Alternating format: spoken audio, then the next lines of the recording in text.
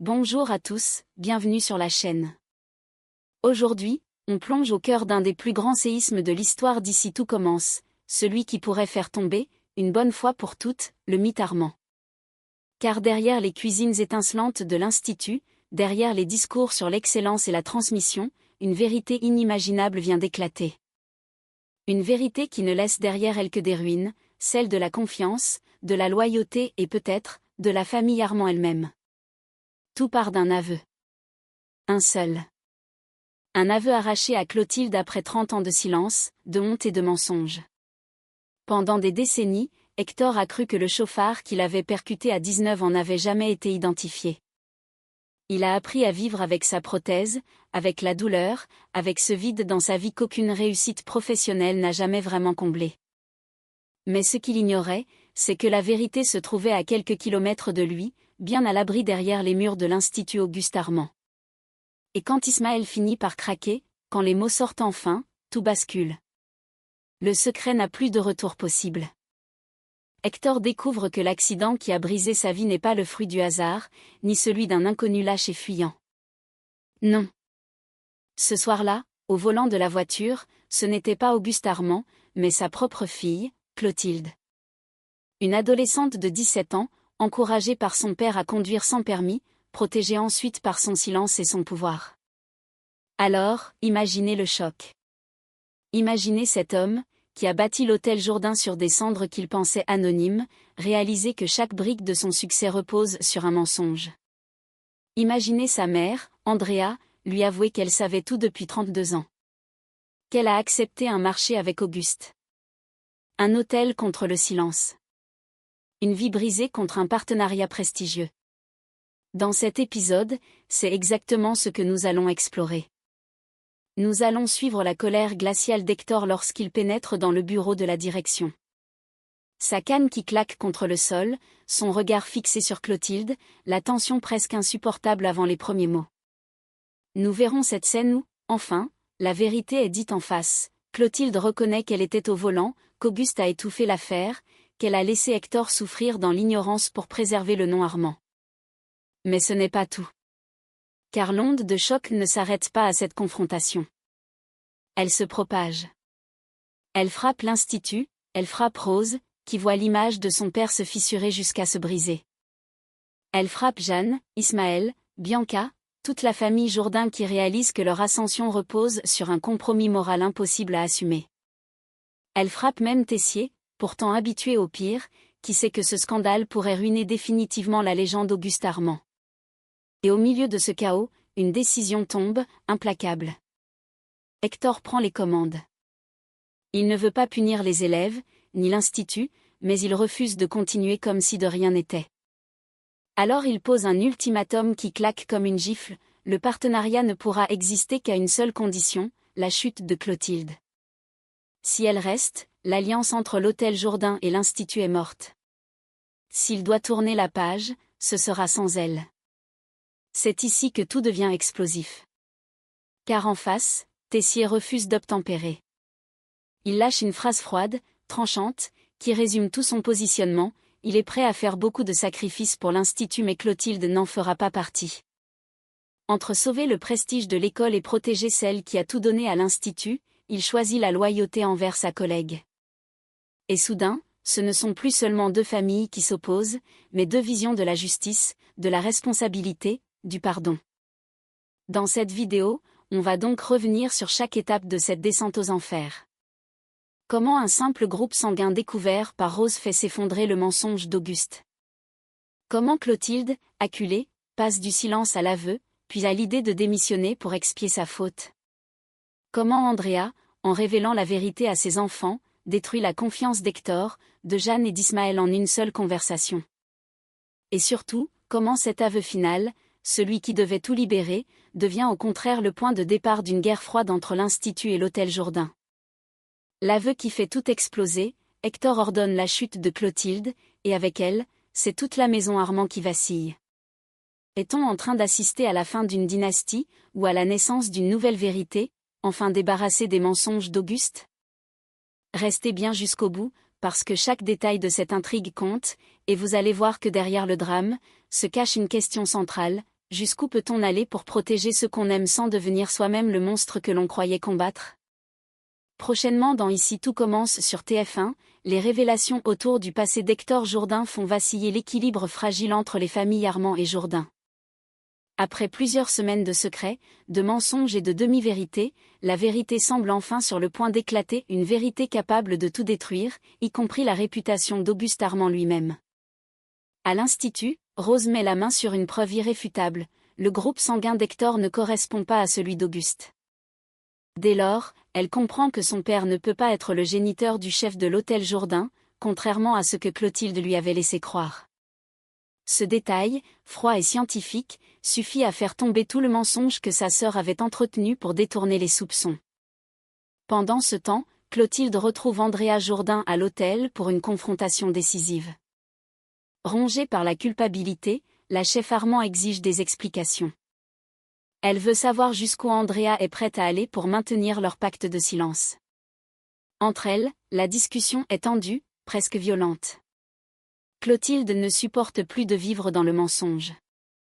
Elle veut mettre un terme à des années d'hypocrisie et faire éclater la vérité, quelle qu'en soit la conséquence. Mais Andrea, fidèle à elle-même, reste inflexible. Pour elle, certaines choses doivent rester enfouies. Elle sait qu'un mot de trop pourrait tout anéantir, la paix entre leurs familles, la réputation de l'hôtel, et surtout la mémoire d'Auguste Armand.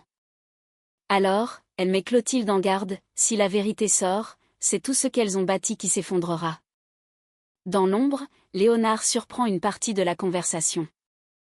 Caché derrière une porte entr'ouverte, il entend des bribes qui le glacent, des allusions à un accident, à un chauffard, à une faute ancienne que toutes deux s'efforcent d'étouffer.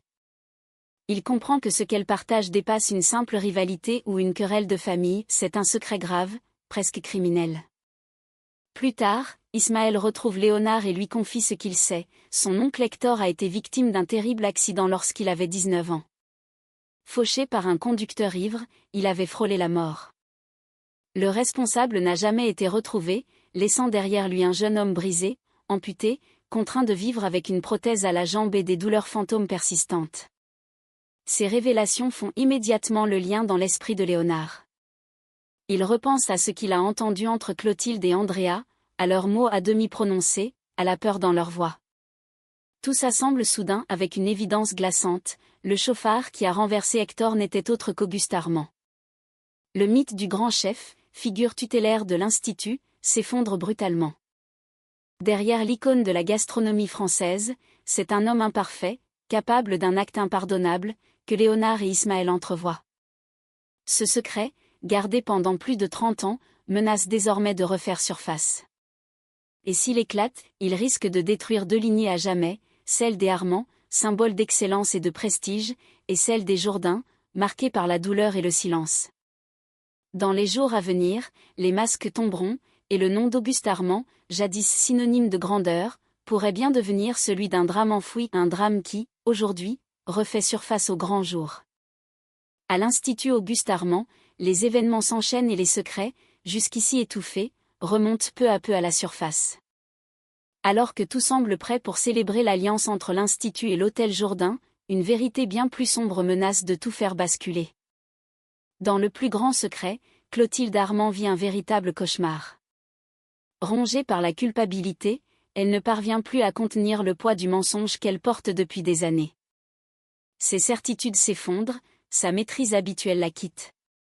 Seule, dans le bureau de la direction, elle s'effondre en larmes, c'est elle qui conduisait la voiture qui a renversé Hector Jourdain lorsqu'il avait 19 ans.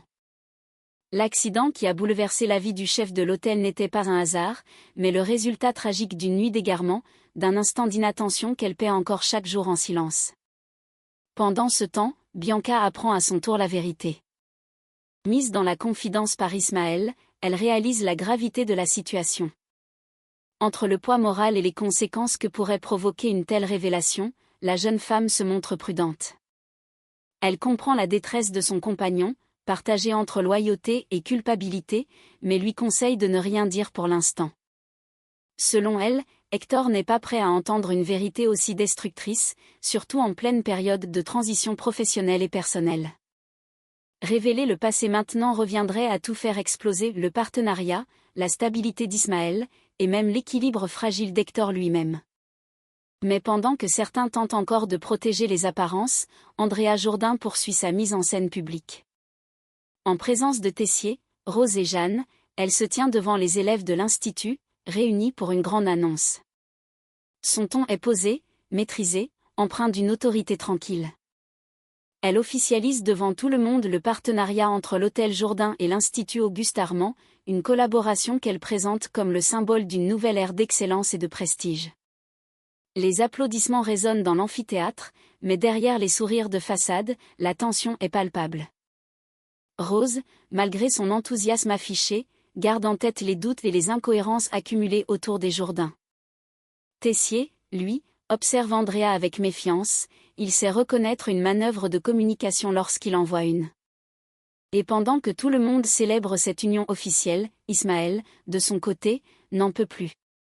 La culpabilité l'étouffe. Il ne supporte plus de croiser le regard de son oncle, d'échanger avec lui comme si de rien n'était, tout en sachant que ce dernier a été brisé par un drame causé par Clotilde Armand, une femme qu'il côtoie quotidiennement sans deviner son rôle dans sa tragédie. Dans un moment d'émotion contenue, Ismaël finit par craquer.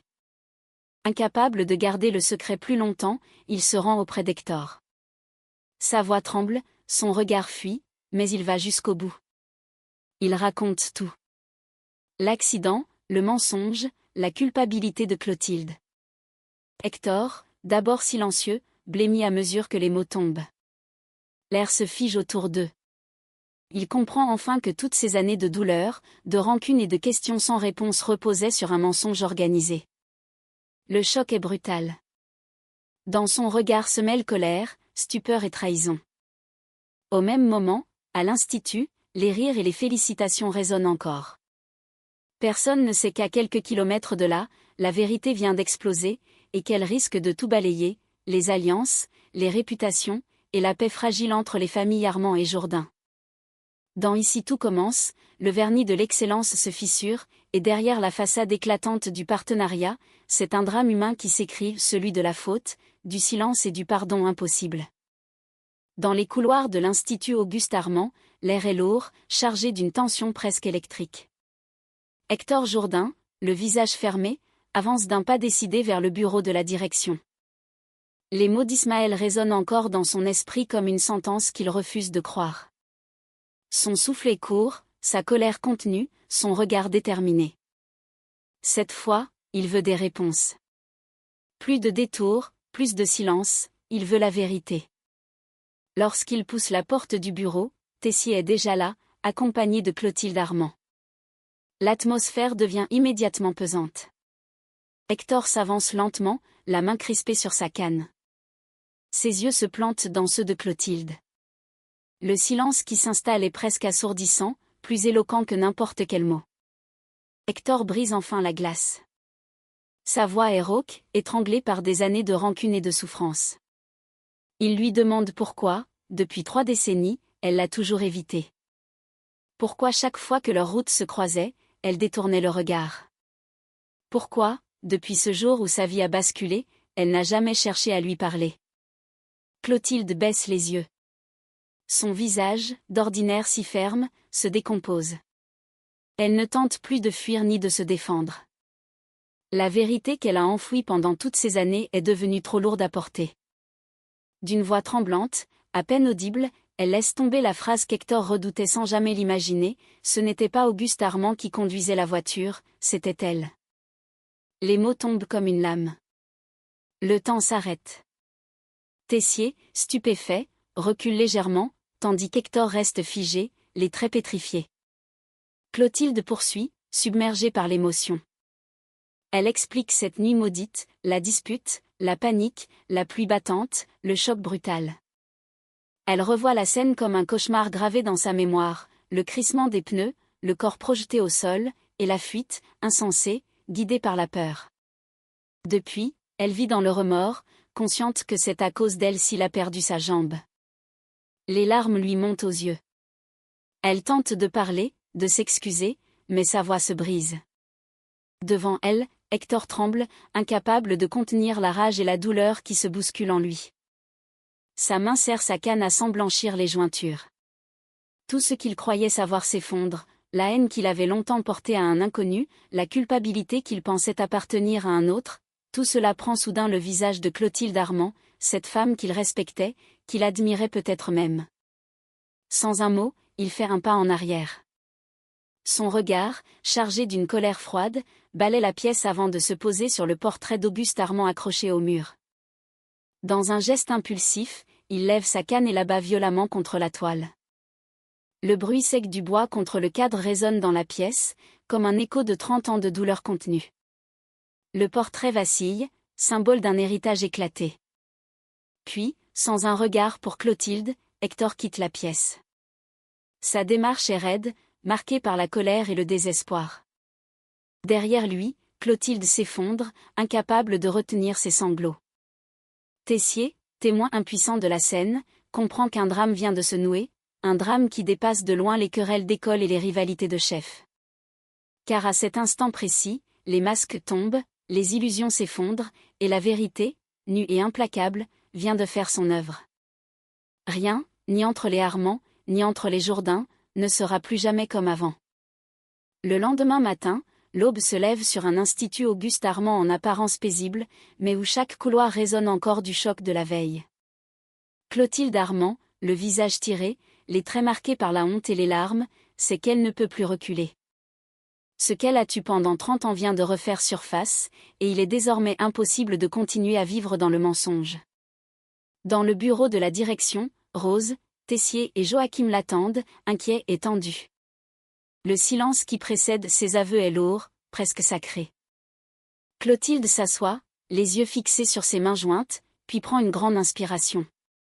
Elle commence à raconter d'abord d'une voix hésitante, puis plus assurée, comme si chaque mot arraché à sa mémoire la libérait un peu plus. Elle se souvient de cette nuit d'il y a 30 ans, lorsqu'elle n'était encore qu'une adolescente de 17 ans, insouciante et en quête de reconnaissance paternelle. Auguste Armand, fier de sa fille, venait de lui offrir une voiture flambant neuve, un geste d'amour mal avisé, puisque Clotilde n'avait pas encore le permis. Aveuglée par l'enthousiasme et le désir de plaire à son père, elle avait accepté de monter derrière le volant. Ce soir-là, Auguste l'avait encouragée à conduire quelques kilomètres, juste pour essayer. Ils étaient partis tous les deux, la route déserte serpentant à travers la campagne. La pluie tombait finement, la chaussée était glissante. Puis, dans un virage mal négocié, la tragédie s'est produite. Un jeune homme à vélo, Hector Jourdain, alors âgé de 19 ans, surgit soudain. Le choc fut inévitable. Clotilde se revoit, pétrifiée, incapable de respirer. Elle était descendue de la voiture, tremblante, découvrant le corps d'Hector étendu sur la route. Elle voulait appeler les secours, elle voulait se dénoncer, mais Auguste l'en a empêché. Sous le choc, il avait pris les choses en main, persuadé qu'il pouvait tout arranger, que l'argent et l'influence suffiraient à effacer l'accident. Il l'avait forcée à remonter dans la voiture et avait promis de tout gérer, exigeant d'elle un silence absolu. Depuis ce soir-là, Clotilde a vécu avec le poids de cette faute et de ce mensonge. La culpabilité l'a rongée, jour après jour, jusqu'à devenir une part d'elle-même. Face à elle, Rose l'écoute, bouleversée. Elle n'en revient pas. Elle découvre une facette de son père qu'elle ne soupçonnait pas, celle d'un homme capable de trahir ses propres valeurs pour protéger sa fille, quitte à condamner un innocent à des décennies de souffrance. Son admiration pour lui vacille, remplacée par une profonde déception. Tessier, quant à lui, demeure silencieux. Son regard se fait plus dur, presque froid. Derrière sa sévérité, il mesure l'ampleur du scandale potentiel. Si cette histoire venait à éclater, le nom d'Armand serait à jamais entaché. Clotilde, à bout de force, reconnaît qu'elle n'a plus sa place ici. Elle murmure que le départ est peut-être la seule issue. Son regard se tourne vers Joachim, qui tente de la soutenir sans savoir comment. Mais tout semble déjà écrit, entre la honte, la perte de confiance et la colère d'Hector, elle sait qu'elle devra partir ne serait-ce que pour permettre aux autres de continuer à vivre sans le fardeau de son erreur. Pendant ce temps, à l'hôtel Jourdain, Andrea choisit, elle aussi, de dire la vérité à son fils. Elle révèle à Hector qu'elle connaissait depuis le début la véritable identité de la conductrice. C'est elle, Andrea, qui avait promis à Auguste Armand de garder le secret, pour protéger une enfant. Mais face à la douleur d'Hector, cette justification sonne creux. La vérité, enfin dévoilée, n'apporte ni apaisement ni pardon, seulement un vide immense. Dans Ici tout commence, les masques tombent un à un. Et lorsque la lumière se fait sur le passé, c'est tout un PN de l'histoire de l'Institut qui vacille. Derrière la légende d'Auguste Armand, c'est désormais une tragédie humaine qui refait surface, prête à tout bouleverser. Pendant ce temps, à l'hôtel Jourdain, une autre vérité éclate, tout aussi dévastatrice. Andrea, acculée par le poids du secret et consciente que les mensonges ne tiendront plus très longtemps, décide enfin de passer aux aveux. Face à ses enfants Hector, Jeanne et Ismaël, elle s'assoit, le regard bas, le visage marqué par la fatigue et la honte. La pièce est silencieuse, presque figée, comme si le temps s'était suspendu avant l'inévitable. Lorsque les mots sortent, ils tombent lentement, un à un, lourds de sens et de remords. Elle confirme ce qu'Hector redoutait désormais, oui, elle savait depuis le début qui était responsable de son accident. Elle connaissait la vérité depuis 32 ans. Un frisson parcourt la pièce. Hector reste d'abord sans voix. Son visage se ferme, son regard se durcit. La douleur laisse bientôt place à la colère. Il ne comprend pas comment sa propre mère a pu lui cacher une telle chose pendant toute une vie. Ce mensonge n'a pas seulement détruit son corps, il a gangrené son existence entière. Sa voix, lorsqu'elle s'élève enfin, est cassée par l'émotion et la rage contenue. Il reproche à Andrea de l'avoir trahi, de l'avoir laissé croire que le chauffard n'avait jamais été retrouvé, alors qu'elle connaissait son nom, son visage, et même les raisons de son silence. 32 ans de mensonges, martèle-t-il, la voix tremblante. Autant d'années de douleur et de faux-semblants qu'il ne pourra jamais rattraper. Jeanne, bouleversée, observe la scène en silence, les larmes aux yeux. Elle découvre, elle aussi, une mère qu'elle ne reconnaît plus, une femme capable de justifier l'injustifiable pour préserver les apparences. Andrea, elle, tente de se défendre. Sa voix, d'abord hésitante, se fait plus assurée, presque fataliste. Elle explique que tout était joué d'avance, un procès n'aurait rien changé. D'un côté, les gardiens de l'Institut, modestes et sans pouvoir. De l'autre, Auguste Armand, directeur charismatique, chef étoilé, symbole d'excellence et de prestige. Elle affirme qu'elle a voulu éviter une humiliation publique et protéger sa famille d'une bataille perdue d'avance. Auguste, dit-elle, avait proposé une compensation, l'hôtel Jourdain, en échange de leur silence. Un marché moralement inacceptable, mais qu'elle avait fini par accepter, persuadée de ne pas avoir d'autre choix. Mais ces justifications n'apaisent personne. Ismaël, les poings serrés, la regarde avec une stupeur mêlée de dégoût. Pour lui, c'est un choc. Il ne reconnaît plus cette grand-mère qu'il a toujours vue comme une figure d'autorité, de droiture, de loyauté. Découvrir qu'elle a accepté un pacte de silence en échange d'un bien matériel le déstabilise profondément. La tension devient insoutenable. Bianca, témoin impuissante de la scène, tente d'apaiser les choses. Elle comprend la complexité de la situation et ose défendre Andrea, arguant qu'il est facile de juger après coup, mais qu'à l'époque, une femme seule face à un homme de pouvoir n'avait peut-être pas d'autre issue. Ces paroles, loin d'apaiser, mettent le feu aux poudres. Ismaël, déjà à vif, voit dans cette défense une trahison supplémentaire. Le ton monte entre eux. Il reproche à Bianca de minimiser la gravité du mensonge, d'excuser l'inexcusable. Elle, de son côté, s'emporte à son tour, blessée qu'il ne voit pas la détresse humaine derrière les actes d'Andrea. En quelques secondes, la conversation dégénère en dispute de couple. Les mots dépassent la pensée, la colère prend le dessus. Dans la pièce, Hector reste immobile, accablé. Ses mains tremblent, son regard se perd dans le vide. Tout ce qu'il pensait connaître de son passé vient de s'effondrer. Et pendant qu'Andrea pleure en silence, prisonnière de ses propres choix, sa famille s'effrite devant elle. Le mensonge qu'elle croyait protecteur se transforme en bombe à retardement, détruisant tout sur son passage. Ce jour-là, à l'hôtel Jourdain, ce n'est pas seulement un secret qui éclate, c'est une famille entière qui se brise sous le poids du silence, de la honte et de la vérité trop longtemps enfouie. À l'hôtel Jourdain, la tempête émotionnelle qui a secoué la famille n'empêche pas les affaires de reprendre leur cours. Pourtant, derrière la façade professionnelle, la tension reste palpable. Ce jour-là, Tessier et Rose font le déplacement jusqu'à l'établissement pour tenter de clarifier la situation du partenariat, désormais menacé par la révélation de l'accident et l'effondrement des relations entre les Armand et les Jourdain. Ils sont reçus par Jeanne, visiblement fatiguée mais déterminée à rester droite malgré la tourmente. Dans son bureau, l'atmosphère est solennelle, presque pesante. Tessier, fidèle à lui-même, va droit au but, il veut savoir si le projet d'alliance entre les deux institutions est compromis. L'hôtel a été plongé dans le chaos familial, et l'Institut ne peut se permettre de voir ce partenariat prestigieux s'effondrer.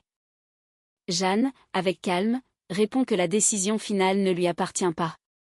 Depuis le drame, c'est Hector qui a repris la main sur le dossier.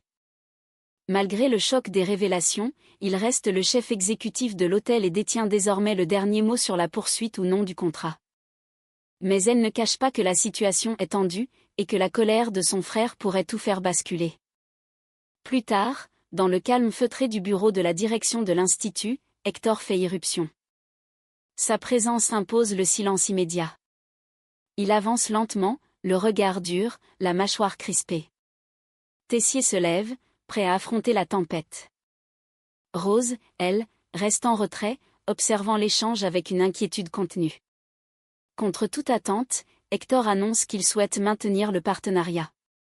Sa voix est ferme, mesurée. Il ne veut pas punir l'Institut pour les fautes du passé. Pour lui, les élèves et leurs efforts ne doivent pas payer les erreurs commises 30 ans plus tôt. Mais dans sa décision se cache une condition, tranchante comme un verdict, Clotilde Armand doit quitter l'Institut. Le silence tombe, lourd, presque irréel. Tessier reste interdit un instant, surpris par la froideur et la précision de la demande. Hector ne cherche ni vengeance, ni reconnaissance, il veut simplement éloigner celle qui incarne son traumatisme du lieu même où tout a commencé. Lorsque Tessier reprend la parole, son ton est calme, mais sa détermination est sans faille. Il croise les bras, le regard fixe. Sa réponse est brève, mais sans appel. Il est prêt à faire beaucoup de sacrifices pour la survie et la réputation de l'Institut, mais Clotilde Armand n'en fait pas partie. Ces mots, froids et définitifs, claquent comme une porte qu'on referme. Le message est clair, Tessier refuse de trahir sa collègue, malgré tout. Il sait qu'elle porte une faute immense, mais il n'est pas prêt à la livrer en pâture pour sauver un accord, aussi prestigieux soit-il. Hector, de son côté, encaisse sans broncher. Son regard ne vacille pas. Derrière son calme apparent, la blessure est toujours vive, brûlante. Il hoche simplement la tête, comme s'il venait de sceller intérieurement son choix. En quittant le bureau, il laisse derrière lui une tension glaciale. Le partenariat, pourtant si prometteur, semble désormais suspendu à un fil. Entre la loyauté et la justice, entre la raison et le ressentiment, le dilemme d'Hector est total. Il veut tourner la page, mais la présence de Clotilde à l'Institut rend cette réconciliation impossible. Dans les jours à venir, sa décision pourrait tout changer, sauver le projet ou l'enterrer définitivement. Et pour la première fois depuis longtemps, Tessier n'a plus le contrôle. Et voilà. Ce que nous venons de traverser ensemble n'est pas seulement un rebondissement scénaristique. C'est un véritable séisme moral, un effondrement intime, une déflagration qui n'épargne personne. Hector, brisé dans sa chair depuis 32 ans, découvre que sa souffrance porte désormais un nom, un visage, celui de Clotilde Armand. Clotilde, elle, voit sa vie entière s'écrouler, son héritage, sa carrière, son identité professionnelle, tout ce qu'elle croyait maîtriser disparaît en un instant. Et derrière elle, c'est tout un système qui s'effondre, l'autorité d'Auguste, l'unité de la famille Armand, la confiance fragile entre l'Institut et l'hôtel Jourdain. Ce drame, c'est le prix du silence. Le prix d'une décision prise il y a 30 ans, un soir de pluie, quand deux personnes ont cru qu'on pouvait enterrer une faute et qu'elle ne remonterait jamais. Mais la vérité, tôt ou tard, finit toujours par frapper, et le plus souvent, au moment où l'on est le moins prêt à l'affronter. Hector a brisé le mur du silence. Clotilde a brisé les mensonges. Et maintenant, c'est tout l'Institut qui doit regarder la réalité en face. Les Armand ne sont pas seulement des figures d'excellence, ce sont aussi des êtres humains, faillibles, capables du pire comme du meilleur. Alors que reste-t-il après une telle révélation? Des cicatrices, oui.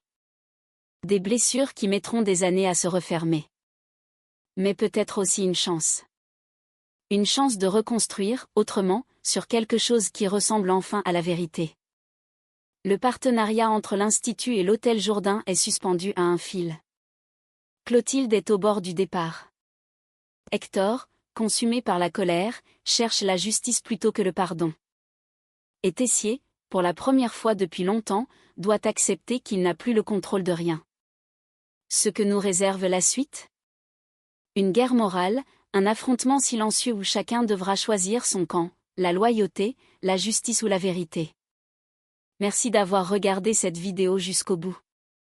Si cette analyse vous a touché, si vous aussi vous sentez le poids de ce drame qui redéfinit tout l'univers d'ici tout commence, n'hésitez pas à vous abonner pour ne rien manquer des prochains épisodes, car croyez-moi, ce n'est que le début.